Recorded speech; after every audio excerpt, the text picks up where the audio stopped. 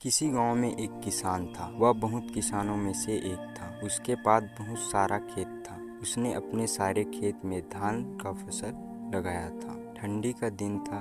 किसान एक खेत में फसलों के बीच में एक चिड़िया ने अपना घोंसला बना रखा था। उस चिड़िया के दो छोटे छोटे बच्चे थे। वे अभी उड़ने योग्य नहीं हुए थे, क्योंकि उसके बच्चे के पंख अभी पूरी तरह मजबूत नहीं हुए थे।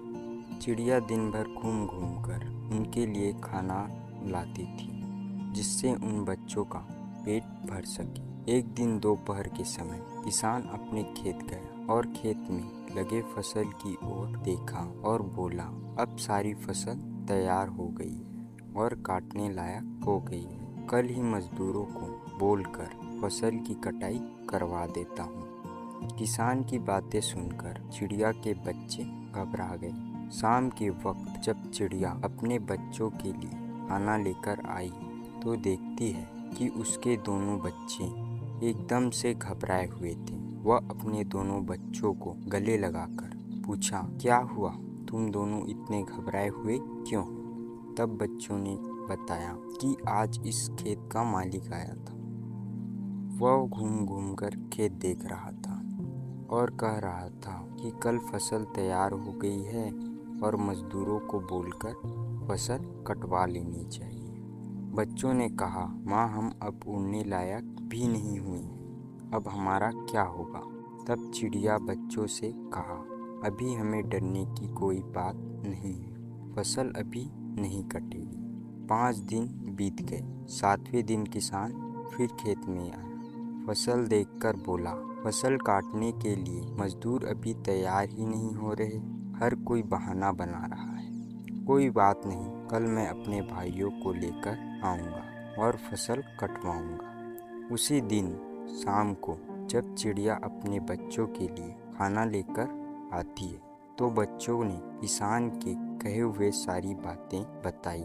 चिड़िया फिर से उनसे बोली, बच्चों, डरने की कोई बात नहीं, अभी फसल नहीं कटेगी। फिर 4 दिन बीत गए। 5वें दिन जब चिड़िया शाम के वक्त अपने बच्चों के लिए दाना लेकर लौटी तो बच्चों ने उससे बताया कि माँ, आज फिर किसान खेत आया था और कह रहा था कि फसल कटने के लिए भाई लोग आज नहीं कल कह रहे हैं। फसल तैयार हो गया है और अगर कल फसल नहीं कटेगी तो फसल खराब होने लगेगी। ऐसा करता हूँ, अब मैं ही कल सुबह से कटाई का काम शुरू करूँगा।